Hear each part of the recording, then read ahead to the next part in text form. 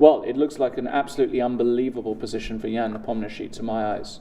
White has got complete dominance of the position, dominates the A file, which is very important because a rook to A8 at some moment will be important because this back rank is quite vulnerable. The queen is very active for white, touching some weak squares, not like the knight. Let me do that properly. This pawn out here on b5 is also weak. White has got 0 weaknesses here. So white has got 0 weaknesses. He's got the better minor piece, so this knight is better than this knight on f8. The knight has got all the jumps, and white has got a better rook. So every single one of white's pieces is better. He's got a better structure, he's got a better king, and he's got better attacking chances. That's how you break down positions, and that's how you realize that white is just better. Is this enough to be winning? Probably not, but Jan-Krzysztof already understands that this is going to be a fight to save half a point. That's right, and the time situation also shows us the picture that Jan-Krzysztof Duda spends more time than Jan Nepomniachtchi, who actually has an increment in 60 minutes and 30 seconds. He's spending more time than the opponent, and he clearly has not the position that you would like to have. Yeah, he's struggling. You can see it. He's not very happy.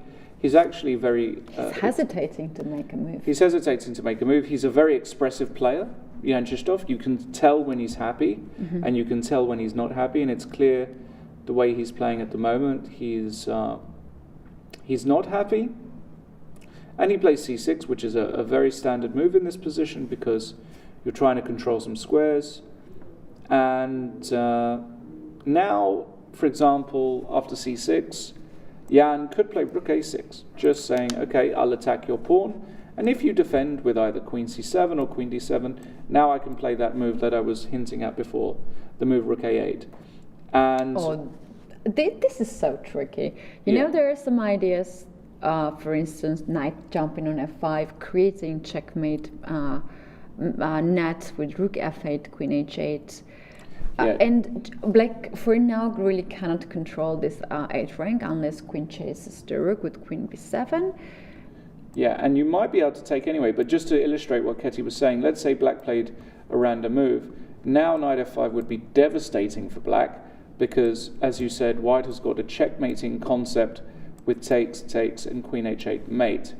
And in fact, even if you chase the rook immediately with queen to b7, it's possible you can take anyway. Takes, takes, you have to follow the forcing moves. Queen h8, king e7, we follow with knight f5 check, king d7. And can white just take a pawn here and say, well, my attack continues. How do you stop me taking here? If you go king c8, I can now go queen g8 or queen f8 check. Probably queen f8 looks more natural to me to target this pawn. And the point is it's just over, because if you go here, now you lose the rook. So already, rook a6 has been played. So Jan-Krzysztof already has got a very difficult decision. He probably plays a good move here with the move g6. To take control f5 square. Correct. Knight cannot go there. It's, although we can see other squares around the king, but it's really worth it to control f5 square at this point. Yeah, this is an important move. You control f5. You stop any of the knight jumps. And this kind of position is, still very good for white. Queen f3. Then the problem with playing g6 is you now weaken 2 more squares. So after queen c7 or queen d7, now has white got the move knight to g4, threatening knight f6, maybe threatening knight h6. And if you block with knight h7, now white needs to find a good move, but some move like queen e3, looking down here at this square, allowing rook a7, or maybe landing with queen b6, touching this pawn, and black's position is just very fragile. It's just very bad.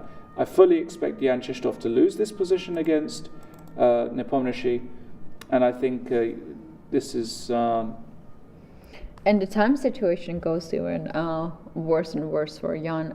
He's spending more time, and it seems to me that Jan Nepomniachtchi is not even... he hasn't even spent any time from the starting. he plays on the on increment. So this is move 29, almost 30. Do you think this is his home preparation, or he just follows the logic and he just plays very easy moves? I think it must be a fair part of his home preparation, and the reason I say that is because if we have a quick look at the opening, we had a Spanish mainline, we'll just hop here, and an anti-martial. This featured a number of times in the World Championship match between Jan and Magnus. There were a lot of C3s, there were a lot of D3s.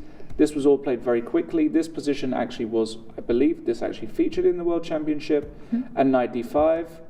And I'm not sure about Rook E8 here, if that's the correct move.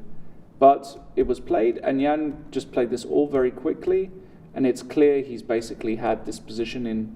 Oh, look at the haircut of Jan Nepomniachtchi. It looks really fancy. Yeah, and I love it. He had a haircut mid World Championship. Yeah. As well.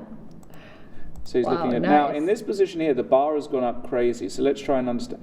Wow. What a move! Wait. Queen takes. Queen takes. Knight F6. Now you distract the queen from the defense of this pawn. Knight H6 check. King and goes. very simply, King G7, Queen takes F7 check. You take the knight. I now take you. You can't step up because it's mate in 1. And if you come back to H7, I can just go Queen F7 check, pick up the rook. I've won a pawn, and all the rest of your pawns are weak. And it's a very simple conversion. Yeah, this is losing Wow. endgame. White will pick up those pawns with a check. Rook B6 What a move! is untouchable. Can Black save this? Wait. Even if after Queen C7, You just take on you C6. just take on C6. It's the same theme. Oh. What a beautiful concept by Jan Nepomniachtchi. Look at this. What a game. Rook B6. And he's not even, as Kitty was saying, he actually has more time than when he started. This is a man who's clearly on a mission to show people that what happened in Dubai was bad form, and he still wants to win this. It just was very the wrong. Look at him looking at the face of Jan-Krzysztof Duda and telling like, dude, you see, how impressive is this move? Well, I mean, they both understand that it's just winning, and Jan-Krzysztof cannot actually put up any resistance because there is nothing to do in this position. You win pawns. If you're winning 2-3 pawns, Jan, who has 10-minute advantage, he's just going to win. So extraordinary, fantastic. Queen A8 was played, but now you can maybe you can even go Knight H6, King here takes, and Rook B7 now. So something like here, Queen takes F7, and Rook B7 would be fairly standard. This is just one check on A1. It's just one check.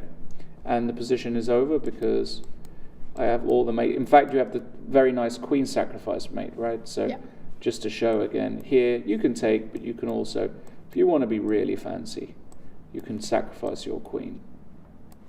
Beautiful. Yeah. We're not far away to And I see think that's this. on the board, is it? Rook B7 is actually on the board. And that's it. And Jan-Krzysztof resigns.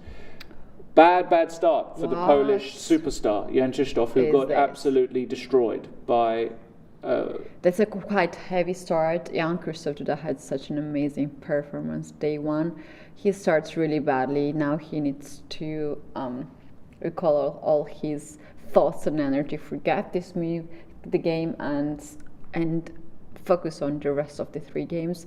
That's quite painful to lose a game that early, like this in this style. But he can try. Yeah, he has no other option. It's one of those games where you have to forget about it real quickly. You were never in the game. You never had a chance. It was the correct result. You just move on, and that's it.